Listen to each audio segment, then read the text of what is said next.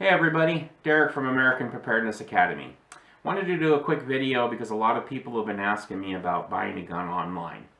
They're asking me what the procedure is, what you do, fees, prices, this, that, the other thing. And I wanted to just take a few minutes, and let you know how the process goes. Procedure is pretty simple to do.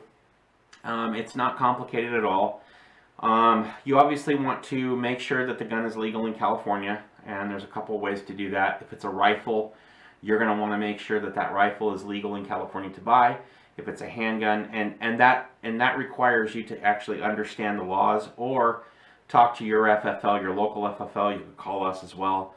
On most occasions, some of them might require some research. Some of most of them people know. And it's kind of simple, but obviously, again, if it's a bolt action, if it's a pump action, you're pretty close to being okay. A lot of the magazine-fed rifles, you're going to have to, you want to check and make sure. Unless there's modifications to it. Now, handguns are a different story. You're going to want to check the handgun roster. You have to check the handgun roster. And it's your responsibility as the buyer to know that. FFLs are not required, nor do they, most of the time, they don't even care. You could ship them anything. They're not going to care. Because they don't know who you are or what you have. So understand that the laws are different for normal citizens than they are for some other people, like police officers. So that being said, you could get political and change the law and get involved in changing the law, and that's fine. We're okay with that too. All of us are Second Amendment believers. So check the handgun roster. I'll put a link below. You can check it out, but you want to go to oag.ca.gov. That's Office of Attorney General at California.government. So oag.ca.gov. And then in their little search bar, you're going to want to type in handgun roster. When you type in handgun roster, it should bring you to another page. It'll actually bring up the roster, and you can scroll down a little bit, and you'll be able to find the manufacturer of the gun you're looking for, the handgun you're looking for, and look and see if it's on there. If it is not on there, I mean exact. There is no ifs, ands, or buts about that list. So, for example, a Beretta 92X is not on the list, but a 92FS is. So pay attention. It has to be exact. There is no, well, it might be this or it might be that kind of thing. Okay? Don't think it is, because that's not how it works. If it's not on that list, you cannot buy it if you're just an average citizen in California. Okay, now, also, color is important. Yeah, I know. Color is important. So if they say it's a certain model and black, then you can't get that certain model in pink unless that certain model in pink is on the list. I know. You don't need to tell me. Anyways, once you do that, you find that gun online. If you find it someplace, and especially these days, you find it someplace, you go to buy it, you're going to buy it from that person. You're going to designate whoever you want to be your FFL as your FFL. So if it's American Preparedness Academy, you'll tell them it's American Preparedness Academy. You'll put our name in their database. Generally, they will give you an email address for them to email, for your FFL to email them their FFL.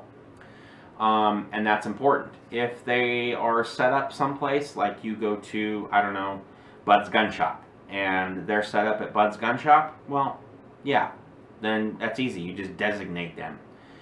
And you go from there. Now, when you do this, every FFL is going to have a fee. So you're going to pay for the gun. You're going to pay for the shipping of the gun. You might pay for tax on the gun. And then you're going to pay for the FFL transfer fee and the DROS fee. DROS right now is $37.19. It depends on who you pick as an FFL is what your fee is for your FFL. Most FFLs are somewhere between $50 and $100 to transfer a gun. And right now, I think many of them are higher.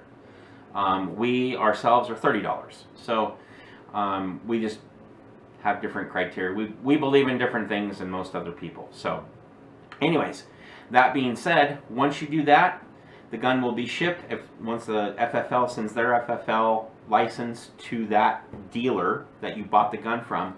The gun will be shipped to that FFL. Once that firearm is received by the FFL that you chose, you will then be contacted by that FFL in most occasions, or you'll have to call and follow up, either one.